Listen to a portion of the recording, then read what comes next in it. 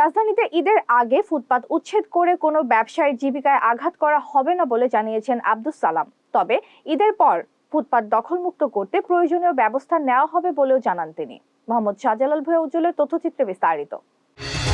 ঘরে বা ইন্ডাস্ট্রিতে মেঘনা স্টার কেবলস, বিশুদ্ধ কপারের নিরাপদ কেবলস, আপনার নিরাপত্তার সঙ্গী।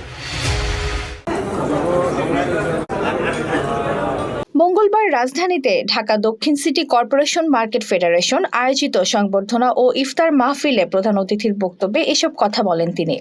HPL uPVC pipe and fittings, শক্ত, মজবুত ও দীর্ঘস্থায়ী, এক পাইপে জীবন পার।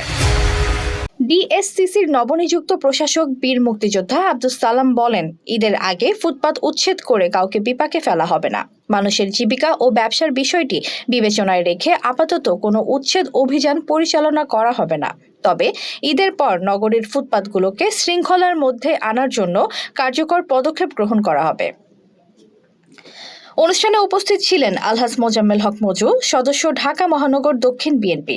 এছাড়া উপস্থিত ছিলেন আলহাজ মোহাম্মদ আফজাল হোসেন, সাবেক পরিচালক এফবিসিসিআই, এবং মোহাম্মদ মামুন, সাবেক কাউন্সিলর 34 নম্বর ওয়ার্ড।